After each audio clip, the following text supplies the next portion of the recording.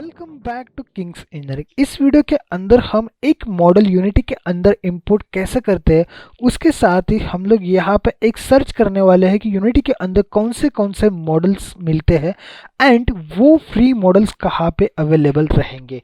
तो गूगल पे आके अगर आप सर्च करते हो यहाँ पे यूनिटी मॉडल सपोर्ट, तो आपको ये लिंक मिल जाएगी और इसमें मॉडल फाइल्स फॉर्मेट के ऊपर अगर आप क्लिक करते हो तो आपको FBX, DAE, DXF और OBJ फॉर्मेट मिल जाएगा।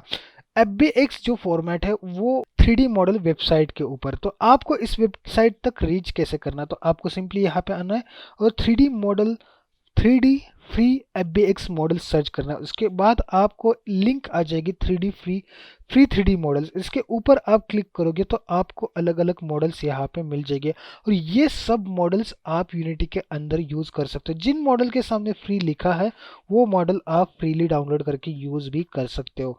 तो यहाँ पे मैं इस लो पॉली काउंट वाले मॉडल को यहाँ पे मैं डाउनलोड कर रहा हूँ।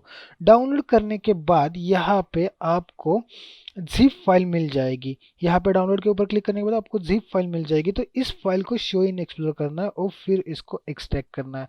अब इसको एक्सट्रैक्ट करने के बाद हम यूनिटी के अंदर लेके आएंगे। तो यहाँ पे ये फाइल हमें मिल गई। .fbx फाइल के अंदर हमें ये एक सिंगल फाइल मिल रही है।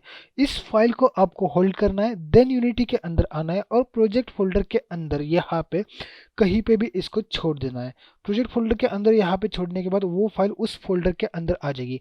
याद रखना कि आप कंसोल विंडो या कोई भी दूसरे विंडो के अंदर उस फाइल को ना छोड़े, वहाँ पे वो फाइल रेप्लिकेट नहीं होगी। तो आपको प्रोजेक्ट फोल्डर के अंदर ही उसको रिप्लेस करना है। फिर यहाँ पे आपको क्या करना है, एक क्रिएट फोल्डर करना है।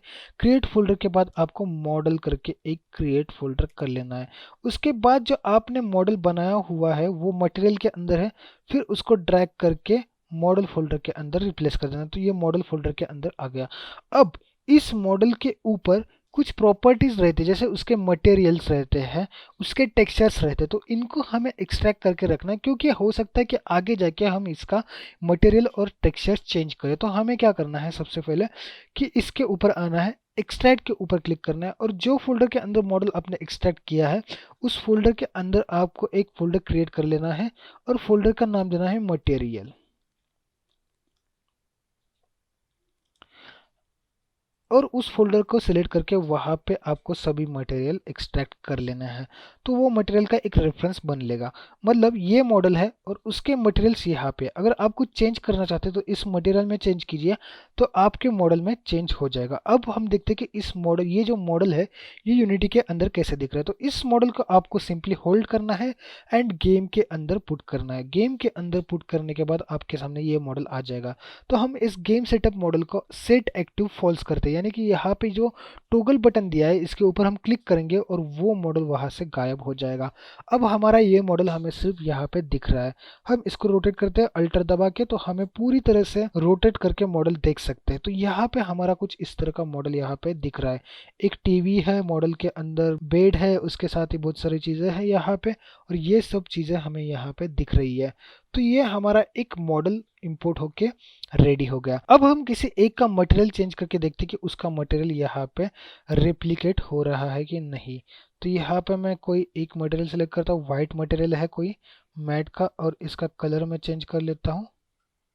तो ये जहाँ पे भी यूज़ किया होगा, अगर इसका यूज़ किया है मॉडल के अंदर तो वो मटेरियल चेंज हो जाएगा। जैसे ये बीजी वाला मटेरियल है, इसको मैं स्काई ब्लू करता हूँ तो ये देखिए मॉडल के अंदर ये मटेरियल चेंज हो रहा है।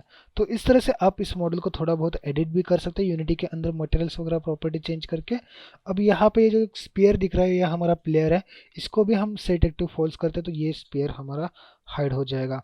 तो कोई भी गेम ऑब्जेक्ट है तो उसको हम अगर एनेबल करना है या डिसेबल करना है तो हम इस बटन का यूज़ करते हैं, इससे एनेबल और डिसेबल हो जाता है। उसके बाद बहुत सारे सेटिंग्स है यहाँ पे, टैग्स और लेयर्स, ये सब चीज़ें, तो इनको हम आगे जाके वन बाय वन जैसे ट्यूटोरियल आगे जाएगा तो हम सीखते जाएंगे। तो मॉडल जो है वो हम लोगों ने कुछ इस तरह से इंपोर्ट कर लिया और यूज़ कर लिया। अगले वीडियो में हम इस मॉडल का प्रीफैब कैसे बनाएंगे वो देखेंगे, और प्रीफैब का बेनिफिट क्या होगा वो भी हम नेक्स्ट वीडियो में देखेंगे। तो चलिए मिलते हैं अगले वीडियो में।